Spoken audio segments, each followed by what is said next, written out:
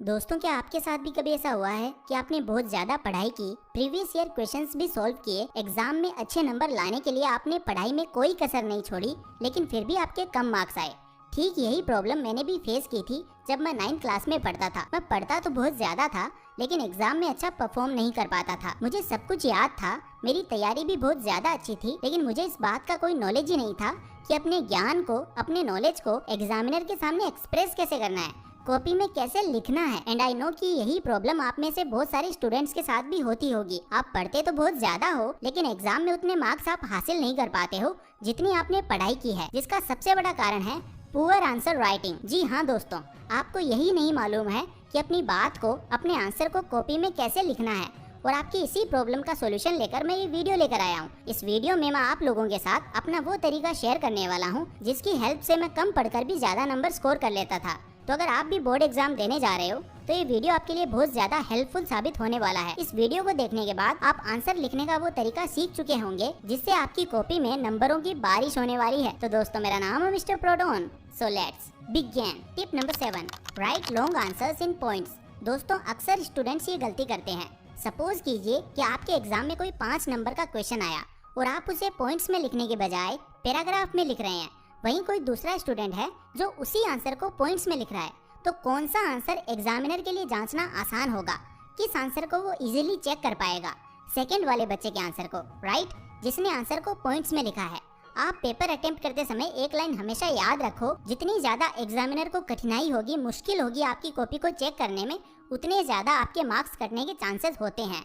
इसीलिए आपको पेपर में जो ज्यादा मार्क्स के क्वेश्चन दिए हुए होते हैं उनको पॉइंट्स में लिखने की कोशिश करनी है। लेकिन हाँ, कुछ क्वेश्चंस ऐसे भी हो सकते हैं जिनका आंसर आप पॉइंट्स में नहीं लिख सकते, उनका आंसर पैराग्राफ में ही लिखना होता है, तो वो आपको पैराग्राफ के फॉर्म में लिखने हैं। लेकिन ज्यादातर जो लॉन्ग आंसर हैं वो आप पॉइंट्स में लिखोगे तो ये आपके नंबर बढ़ाने में बहुत ज्यादा हेल्प करेगा। और एक बात तो श्योर है कि आपके नंबर बढ़े या ना बढ़े, लेकिन कटेंगे तो बिल्कुल नहीं। Tip number 6, right answer to the point. दोस्तों, जब कोई स्टूडेंट पेपर अटेम्प्ट करना शुरू करता है तो स्टार्टिंग में तो हमारे अंदर बहुत जोश रहता है। हम एक एक, दो दो नंबर के क्वेश्चंस में भी बातें बढ़ा चढ़ाकर लिख देते हैं। जो क्वेश्चन में नहीं पूछा गया है वो भी हम आंसर में चेप देते हैं।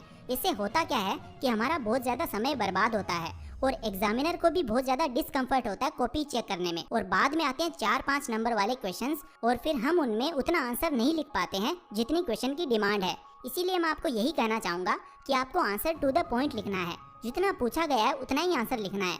हमेशा याद रखो, length of the answer is directly proportional to the marks of the question. अगर 1 नंबर का क्वेश्चन है तो एग्जामिनर चाह रहा है कि आप 1 से 2 लाइन में उसका आंसर लिख दो। अगर 5 नंबर का क्वेश्चन है तो एग्जामिनर चाहता है कि आप उसका डिटेल्ड में आंसर लिखो, उसे अच्छे से एक्सप्लेन करो। Tip number 5, attempt paper in a sequence. दोस्तों, अगर मैं आपसे पूछूं कि 2 स्टूडेंट्स हैं, एक स्टूडेंट ने पूरा पेपर सीक्वेंस में अटेम्प्ट किया है, वहीं दूसरे स्टूडेंट ने रैंडमली पेपर को अटेम्प्ट किया है।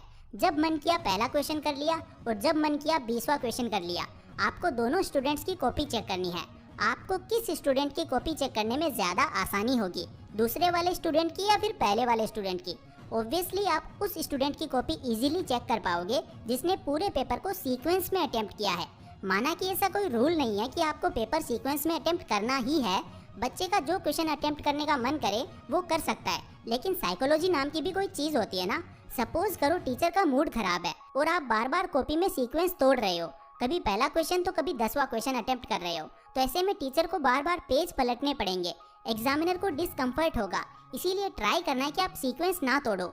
लेकिन फिर भी सीक्वेंस मेंटेन नहीं हो रहा है तो आप 3-4 क्वेश्चंस में ऐसा कर सकते हो, लेकिन आपको बार बार सीक्वेंस नहीं तोड़ना है। आपको जो आंसर नहीं आता है आप उसके लिए जगह छोड़ सकते हो। Tip number 4, underline important words. दोस्तों, ये टिप आपको एग्जाम में अच्छे नंबर दिलाने में बहुत ज्यादा हेल्प करेगी। देखो, एग्जामिनर को जो बोर्ड की तरफ से आंसर शीट दी जाती है उसमें कुछ इंपॉर्टेंट कीवर्ड्स होते हैं जो एग्जामिनर आपके आंसर में ढूंढता है और फिर उसके अकॉर्डिंग नंबर देता है।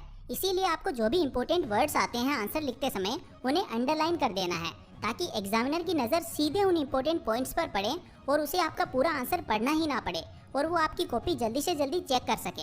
पूरा आंसर पढ़ेगा तो हो सकता है आपके नंबर कट जाएं। इसीलिए आपको लगे कि हाँ, इस आंसर का मेन वर्ड यही है, उसे अंडरलाइन कर देना है। इससे आपको नंबर बढ़ाने में बहुत ज्यादा हेल्प मिलेगी। Tip number 3, mention question number correctly. अक्सर स्टूडेंट्स पेपर अटेम्प्ट करते समय ये गलती कर ही देते हैं। वो जल्दबाजी में या हड़बड़ाहट में क्वेश्चन में नंबर लिखना ही भूल जाते हैं या फिर गलती से गलत क्वेश्चन नंबर लिख देते हैं। जिसका खामियाजा उन्हें भुगतना ही पड़ता है। इसीलिए क्वेश्चन नंबर करेक्टली मेंशन करें। Tip number 2, draw line after each question. आपकी हैंडराइटिंग चाहे कितनी ही खराब क्यों ना हो, लेकिन अगर आप हर आंसर के बाद लाइन खींचते हो तो आपकी कॉपी सुंदर दिखने लगती है।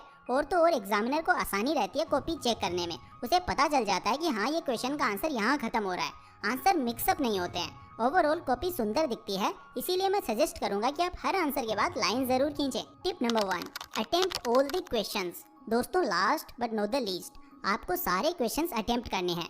ये बहुत से स्टूडेंट्स को मालूम होगा, इसीलिए सबसे लास्ट में लिया। क्वेश्चन का आंसर नहीं भी मालूम है तो उसमें कुछ ना कुछ तो लिख के आना ही है।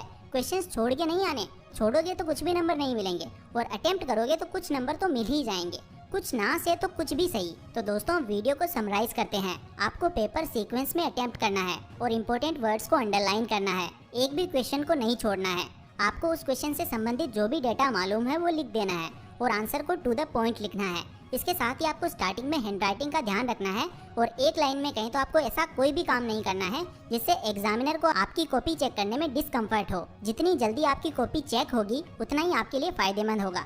तो दोस्तों, आई होप आपको आज का ये वीडियो पसंद आया होगा। अगर आप मेरे द्वारा बताई गई इन सारी टिप्स को अपने एग्जाम में फॉलो करोगे तो आई एम श्योर कि आपको बहुत ज्यादा फायदा होगा। अगर आपको इस वीडियो से थोड़ा सा भी फायदा हुआ तो इसे अपने सभी दोस्तों के साथ शेयर करना मत भूलना। मैं मिलता हूँ आपसे नेक्स्ट वीडियो में। तब तक के लिए take care, love you all and all the best.